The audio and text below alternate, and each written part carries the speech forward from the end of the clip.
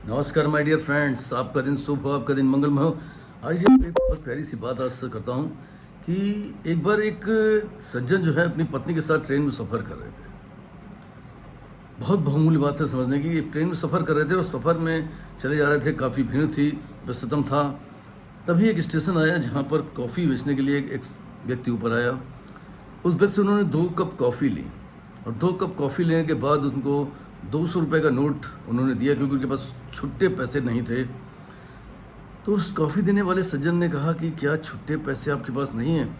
तो उन्होंने छुट्टे पैसे ना होने की बात कही, जिससे काफ़ी परेशान हुआ। उसने देखा इधर उधर, लेकिन तब तक जो है ट्रेन चलने लगी।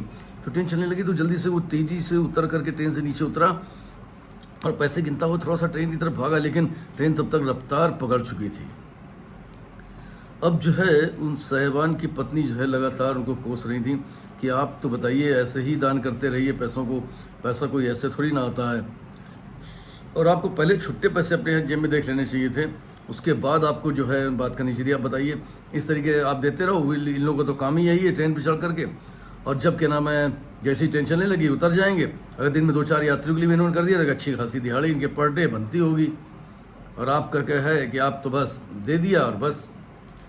अब पत्नी की बात सुनने के अलावा उनके पास और कोई चारा नहीं था। कुछ लोग भी उनकी तरफ देख रहे थे, कुछ उन्हें मूर्ख समझ रहे थे, कुछ पत्नी के दिए गए तानों की वजह से उनके प्रति सहानुभूति रख रहे थे, और कुछ अनायास ही इस पूरे प्रकरण का आनंद ले रहे थे। ये चलते चलते जो है एक स्टेशन भी पार हो गया, और अब जो है धीरे धीरे वो उम्मीद जो थी पैसे मिलने की, वो लगभग समाप्त सी हो गई।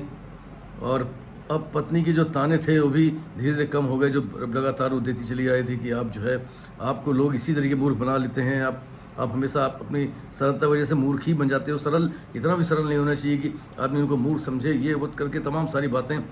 लेकिन अब धीरे धीरे समाप्त हो चुकी थी। ट्रेन के यात्री भी अपने अपने कामों में व्यस्त हो गए थे, जो लगातार उन सज्जन के ऊपर गौर कर रहे थे।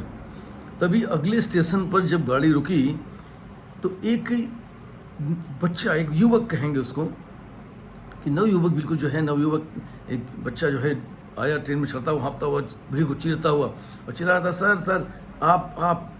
और उस सज्जन ने इशारा किया कि आप ही हैं जिन्होंने कॉफ़ी ली थी और उसका उनका पेमेंट जो है नहीं, छुट्टा पैसे होने की वजह से नहीं मिल पाया था। अब वो अवाक से थे और उसकी तरफ देख रहे थे। अरे उन्होंने कहा, श्रीमान मैं कहीं गलत व्यक्ति से बात तो नहीं कर रहा हूँ, इसलिए मैं संतुष्टि करना चाहता हूँ कि आप ही वो सही व्यक्ति हैं, कृपया मुझे बताएं। तो उन्होंने पूरी बातें, हाँ मैं हूँ, और क्या मैं छुट्टा है 200 रुपये था, और ऐसी सी बात थी। जब पूरी बात उस बच्चे को बताई, तो बच्चे ने 180 रुपये उनके हाथ में रखे। जब 180 रुपये उनके हाथ में रखे तो ये किस्सा सारा ट्रेन के आसपास से सभी लोग देख रहे थे। उनका, बेटा ये तुम कैसे दे रहे हो? उन्होंने कहा, दरअसल मेरे पिताजी हैं वो, और अक्सर ये हादसा होता है कि छुट्टे पैसे लिए बिना ही ट्रेन चल देती है, और ये 2-4 मामले पर डे होते हैं। तो पिताजी मुझे सुबह ही जो है 1 स्टेशन 2 स्टेशन आगे कुछ छुट्टे पैसे दे करके भेज देते हैं कि ऐसी कोई भी स्थिति आएगी तो मैं तुमको संदेश भेजूंगा, मैसेज करूंगा, सीट नंबर मैसेज करूंगा, कोच नंबर मैसेज करूंगा, और तुम जो है वहाँ पर जा करके उस अमुक व्यक्ति को उनके पैसे वापस कर देना। इसलिए जो है मैं प्रतिदिन जो है सुबह आ जाता हूँ, सुबह मैं रहता हूँ और शाम को मेरा भाई उनकी मदद करता है, क्योंकि सुबह वो पढ़ने चला जाता है। इस तरीके से हम दोनों भाई जो है ये पिताजी के साथ इस काम में हाथ बटाते हैं, क्योंकि ये इस तरीके से जो है पिताजी का कहना है कि कभी किसी का पैसा अनैतिक तरीके से, गलत तरीके से हमारे हाथ में नहीं आना चाहिए। हमारी ईमानदारी ही हमारी जीवन की पहचान होनी चाहिए। ये बात सुनकर के ट्रेन के आसपास के लोग, जिनको सारा किस्सा मालूम था, वो भी स्तब्ध रह गए, और वो साहिबान भी स्तब्ध रह गए। उनकी पत्नी आश्चर्य से, उनका मुंह एकदम शांत हो गया था, और उनकी आंखों में क्षमा याचना जैसी कोई बात थी। उन्होंने कहा कि तुम्हारे पिताजी से मैं बात करना चाहूँगा।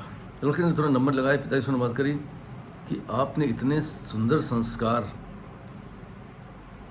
मतलब आपने दिए हैं इनको कि मेरे पास सुशब्द नहीं हैं कि मैं इसको शब्दों में पिरो करके आपसे बोल सकूं।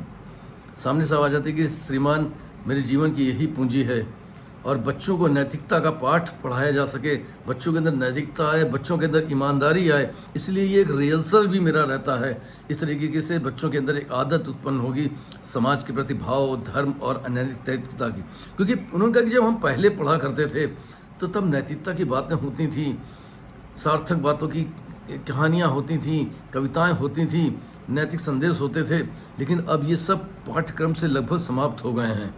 ऐसे में हम बच्चों को कैसे नैतिकता का पाठ पढ़ा सकते हैं, बच्चों को कैसे धर्म के बारे में बता सकते हैं, बच्चों को कैसे ईमानदारी के बारे में बता सकते हैं। उन्होंने कहा कि अब मेरे पास वास्तव में कोई शब्द नहीं है, मैं जब भी आऊँगा आपसे ज़रूर मिलूँगा। और ये बात कह के उन्होंने फ़ोन काटा। लड़का भी इनको प्रणाम करके ट्रेन से उतर गया। ट्रेन चल चुकी थी, बहुत दूर तक ये उसी दिशा में लड़के की तरफ देखते रहे। उन्हें भगवत गीता की एक बात याद आई। उन्होंने कहा कि भगवत गीता में लिखा था कि ये जो 4 स्तंभ हैं धर्म के, ये जो है नंदी के पाँव के तरीके से हैं, ये चारों खड़े रहते हैं।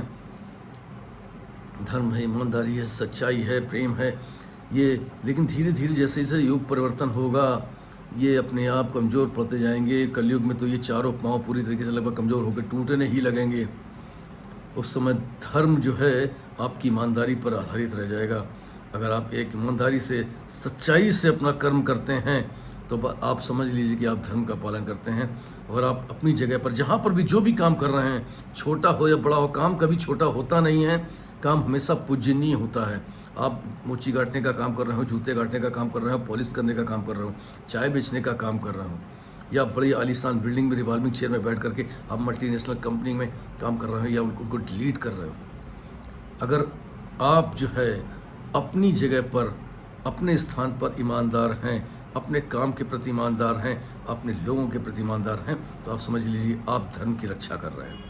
और आप धर्म की रक्षा करेंगे तभी कलयुग रह पाएगा, नहीं तो कलयुग के समापन में कोई देर नहीं है।